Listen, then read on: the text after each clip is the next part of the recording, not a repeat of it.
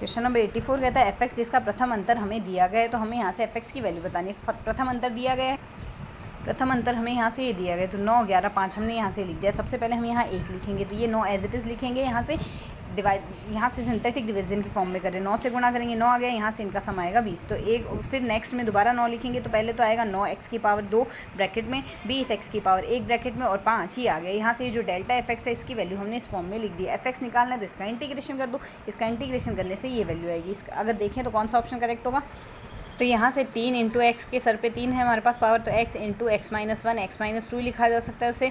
Next है हमारे पास plus 10, 3 10 है तो x इंटू एक्स माइनस 1 आएगा इसके केस में, और प्लस में 5x आएगा। प्लस में क्या आएगा, तो अब अगर देखें यहाँ से एक तो x की घात 3 आ रहा है, तो ये तो होगा नहीं और ये होगा नहीं, ये दोनों नहीं होंगे। नेक्स्ट अगर एक्स स्क्वायर का कोफिशिएंट और देख लें, तो एक्स स्क्वायर का कोफिशिएंट इसमें तो हमारे पास क्या बनेगा, यहाँ से तो आएगा माइनस का 2x, तो माइनस 3x, तो माइनस 3x को प्लस ऑफ 3x से करेंगे तो 9x स्क्वायर आ गया। तो 9 स्क्वायर एक तो आ रहा है 9x स्क्वायर का गुणा किया, और यहाँ से बन रहा है हमारे पास 10 माइनस 9 प्लस का 10 प्लस का 1 बन रहा है। तो इससे हमारा ऑप्शन डी इसमें करेक्ट आंसर हो जाएगा, क्योंकि इसमें माइनस का बन रहा है, एक ऑप्शन डिस्कार्ड हो गया 84 में। तो ऑप्शन डी बचा इसके लिए। यदि 2 घन पासे एक साथ फेंके जाते हैं तो इन पासों पर आई हुई संख्याओं का योग का प्रत्याशा बराबर होगा। प्रत्याशा यानी इसकी एक्सपेक्टेशन हमने बतानी है क्या होगी। एक्सपेक्टेशन अगर देखें तो यहाँ से हमारे पास पासों का योग या तो क्या क्या आ सकता है, पासों का योग आने की प्रोबेबिलिटी हमारे पास 1 2 3 4 5 6, ये 6 केस आ सकते हैं एक बार पासा फेंकने पर। तो या तो एक आ सकता है, 2 3 4, इन सारी कंडीशंस का हमने योग कर लिया, साथ में टोटल नंबर ऑफ कंडीशन लिख दी, 6 आ गई।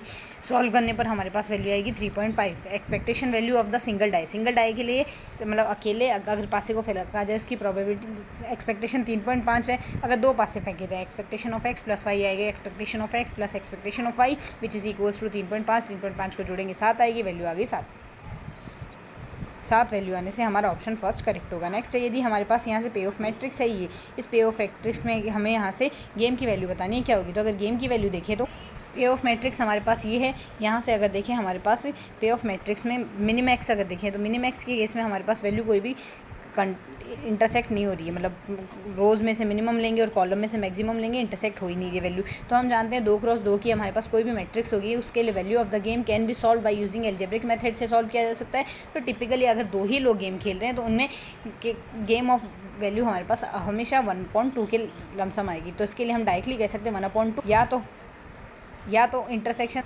या तो मिनिमैक्स से रिजल्ट आ जाता, पर नहीं आया तो इसके गेम की वैल्यू हाफ आएगी।